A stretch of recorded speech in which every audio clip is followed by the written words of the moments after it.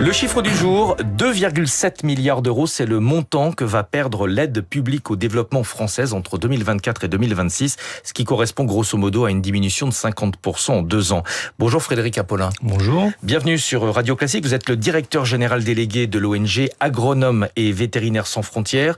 ONG qui a une 50aine d'années, vous travaillez avec des populations rurales en Afrique, en Asie, en Amérique latine. La France n'est pas le seul pays à couper drastiquement dans l'aide publique au développement. Les pays européens le font également, les États-Unis l'ont fait également. Tout à fait, la France suit un grand mouvement mondial qui ont commencé les États-Unis l'an dernier avec l'USAID et la politique de Trump de couper dans cette aide. Mais la France est dans le peloton de tête des pays européens dans les coupes et les montants sont très conséquents cette année. Et est-ce que vous avez le sentiment que l'ampleur de ces coupes budgétaires menace le tissu associatif et humanitaire au niveau mondial ? Il le menace totalement. En France, par exemple, on a fait une enquête récemment en juillet sur un échantillon de 62 associations françaises, humanitaires et de solidarité internationale.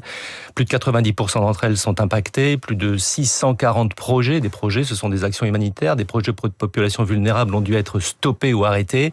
Et puis, c'est une question d'emploi. On est en train de licencier dans toutes nos structures en perdant à la fois des hommes, des femmes et des expertises. La France a besoin de faire des économies. On parle du budget pratiquement tous les matins. Est-ce que vous comprenez que le gouvernement cible en priorité l'aide au développement ? Est-ce que c'est un bon calcul ? Alors, qu'on fasse des économies, on le comprend. C'est tout à fait normal dans le cadre des finances publiques qu'on a.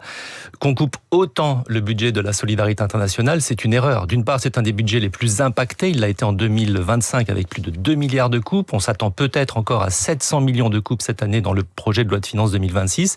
C'est dans le podium des budgets coupés, alors que nous avons besoin de la solidarité. C'est à la fois un engagement, on va dire, humanitaire dans les valeurs que porte la France, d'être solidaire avec des pays tiers, dans l'humanitaire, dans le développement, mais c'est aussi des intérêts dont nous avons besoin. Mais est-ce que vous avez le sentiment que le gouvernement prend cette décision parce que le budget était peut-être trop conséquent ou tout simplement parce que sur un plan électoral, c'est moins visible ?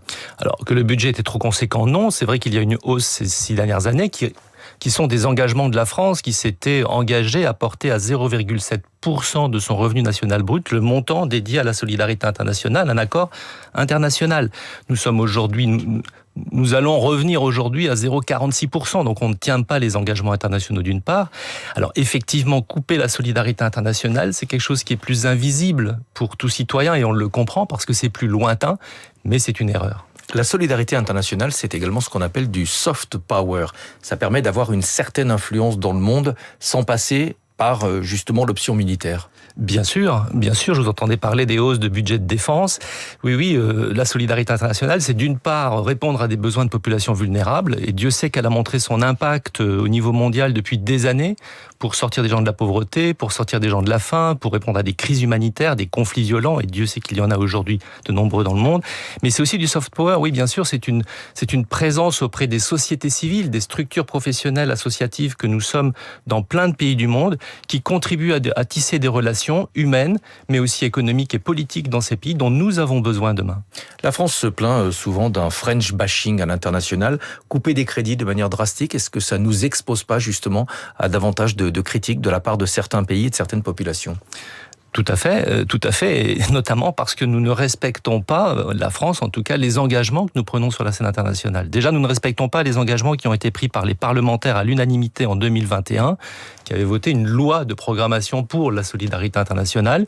Cette loi aujourd'hui n'est pas respectée.